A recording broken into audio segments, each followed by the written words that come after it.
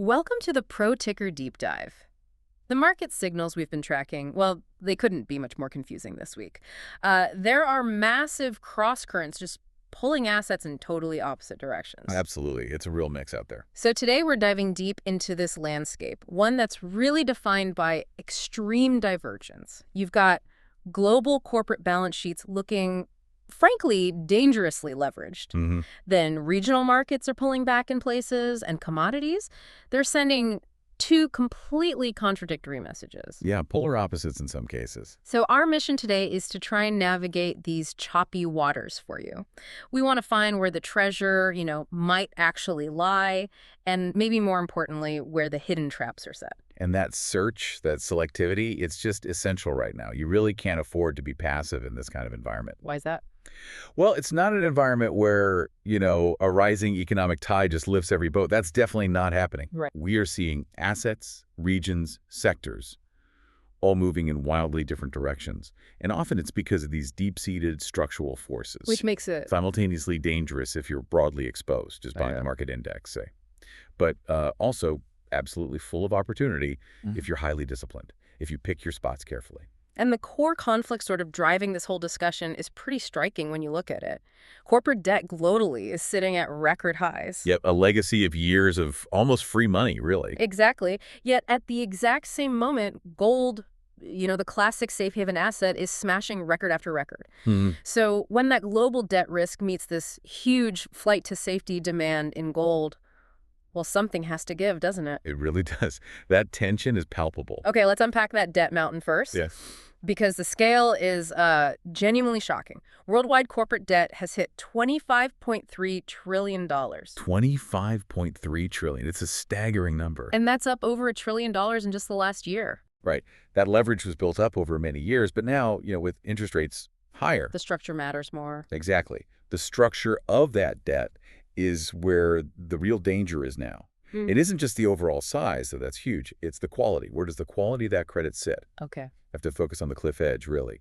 Nearly 37% of that entire massive debt pile sits in the BBB category. BBB. Okay, for listeners who maybe don't stare at rating tables all day, that's the lowest ring of investment grade, right? Kind of the gray zone. Exactly. It's the very last stop before you hit junk status. Right.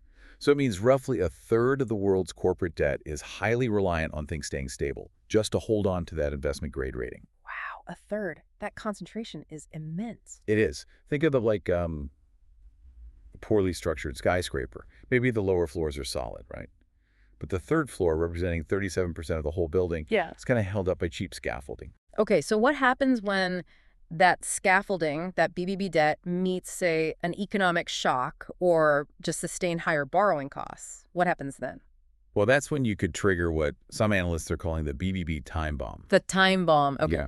If we see a real downgrade cycle, maybe even just a mild recession that pushes margins lower, a massive volume of that BBB debt could tumble into junk territory. And why is that such a big deal? Because institutional investors like big pension funds, insurance companies, they often have rules. They're legally or contractually barred from holding speculative grade paper, junk bonds. So they have to sell. They're forced to sell, regardless of the price they can get. Forced selling in that kind of volume sounds chaotic. How does that ripple through the markets? It creates systemic consequences, potentially very quickly. When everyone's trying to sell the same paper at the same time, liquidity just evaporates. It dries up. Right. And credit spreads widen dramatically. Meaning the difference in borrowing costs between safe and risky companies? Exactly. The difference between what high-quality issuers pay for debt and what these newly junk risky issuers pay just skyrockets. Because panic selling requires much higher interest rates to attract any buyers at all. So that leads to credit crunches? Credit crunches, definitely. Disorderly markets, and potential ripple effects across the whole financial system. The main takeaway here, that line between investment grade and junk has never felt thinner. And we're heavily reliant on those highly leveraged names somehow holding on to their rating. Okay, a sobering picture on the global debt front. Now, let's pivot. Let's look regionally, specifically at the Gulf, because it offers a really fascinating contrast. It really is. While the rest of the world has been piling on the debt, Gulf fixed income issuance, things like bonds and SUKICs, has actually pulled back. It fell 18% the first 8 months of the year. Yeah, and this is largely a story of deliberate financial conservatism, particularly from the governments. That's Well, many governments are sitting on pretty healthy oil windfalls from the last couple of years. So they simply don't need to issue massive amounts of debt right now. They're managing their budgets pretty well. okay, so less government borrowing. What about companies? Corporates are still active, definitely, Mm. but they seem to be more opportunistic rather than, borrowing out of urgent need. Yeah. They pick their moments. Right. That sovereign conservatism seems like a source of stability then. But if we switch to the regional equity picture, there's maybe a source of fragility we need to talk about. Market cap across all Arab exchanges slipped to $4.2 trillion.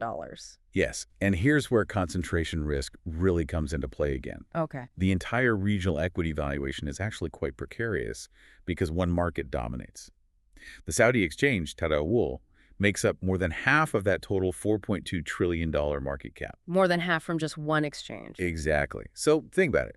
If Saudi equities stumble for any reason, maybe geopolitical, maybe economic, the entire regional picture weakens significantly. So one market's performance disproportionately affects the whole region's perceived value.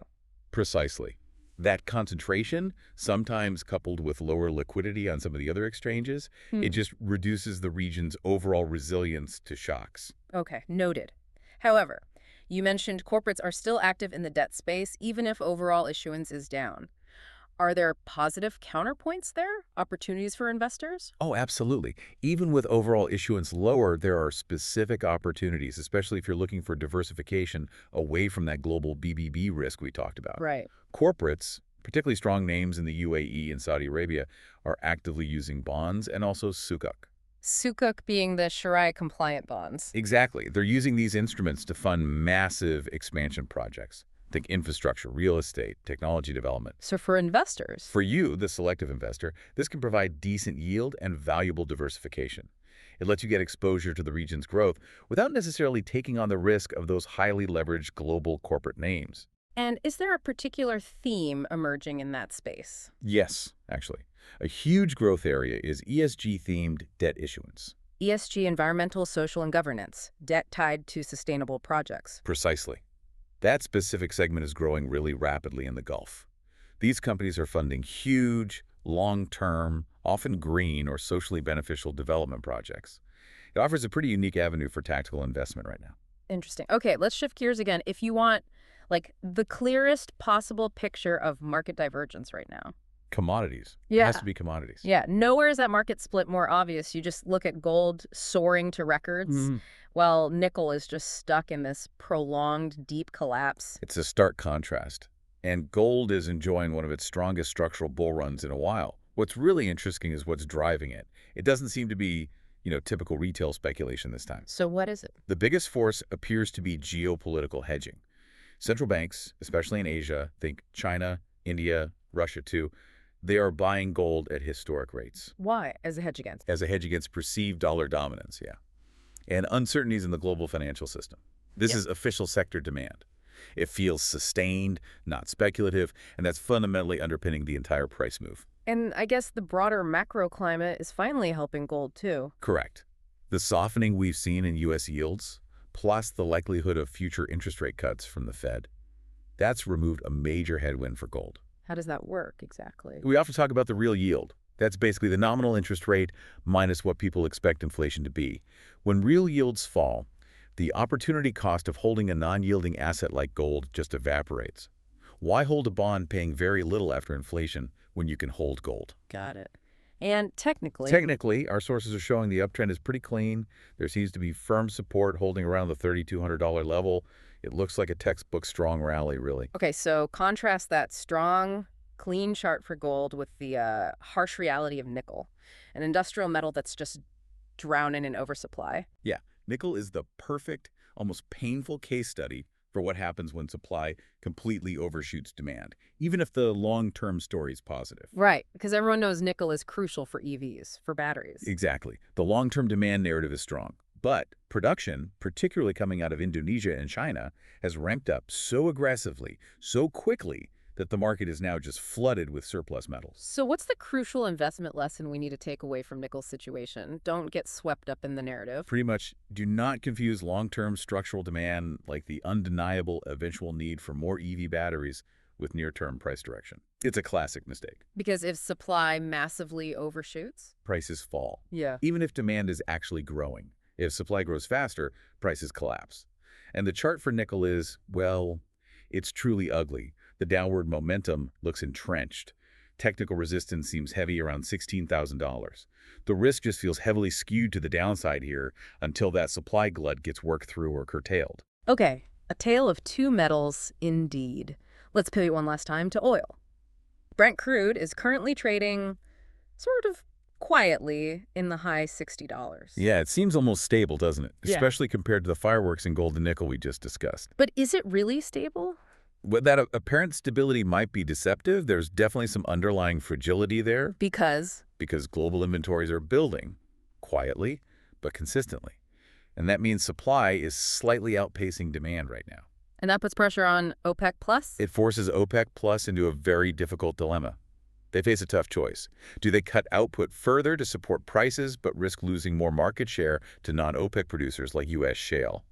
Or do they maintain output, defend their share, but risk prices falling further if inventories keep climbing? It's a tough balancing act. Very tricky. No easy answers for them. So how does a price point in the high $60 affect those core Gulf economies? We talked about them being the linchpin of regional stability earlier. Well, it's survivable for most of them, definitely. Mm. But it's certainly not the massive windfall they enjoyed when oil was, triple digits. Right.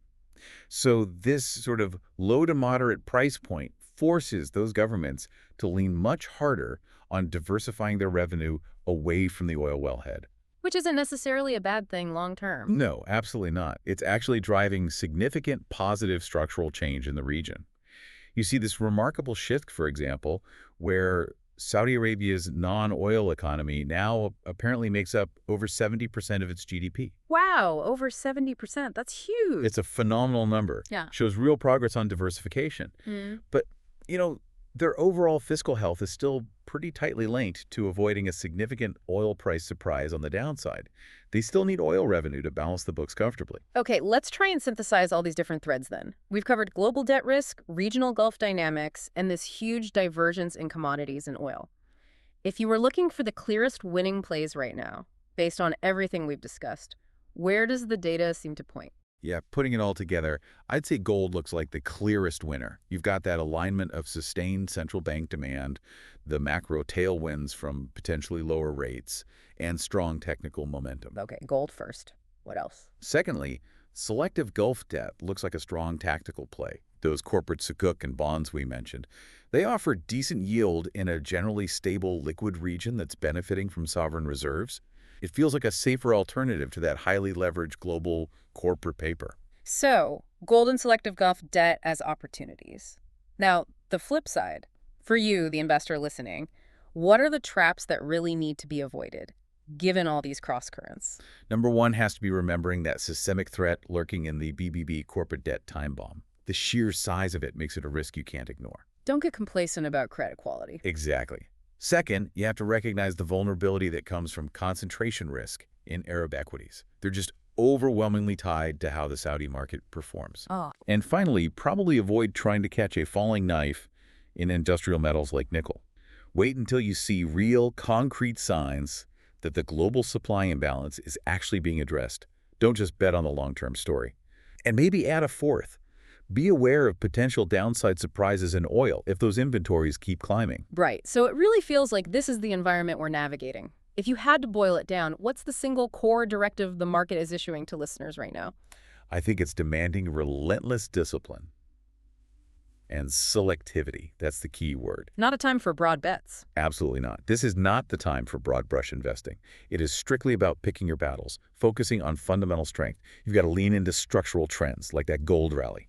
Be extremely cautious with overleveraged corporates, especially those BBB names sitting right on the edge. And the Gulf. And treat Gulf issuance, particularly corporate debt, as a tactical opportunity for diversification and yield, but again, be selective. So the market has rarely felt more fragmented, maybe. The choice seems to be between betting that these highly leveraged companies will somehow defy gravity and hold on to their investment grade status, Which feels like a risky bet right now. or seeking fundamental shelter in genuinely sound assets and those high-quality tactical yield plays. That sums it up well. You really cannot just buy the market in 2025 and expect smooth sailing. You absolutely must buy the right, fundamentally sound corners of the market. Discipline is everything. A clear message. Discipline and selectivity. See you all in the next Pro Ticker Deep Dive.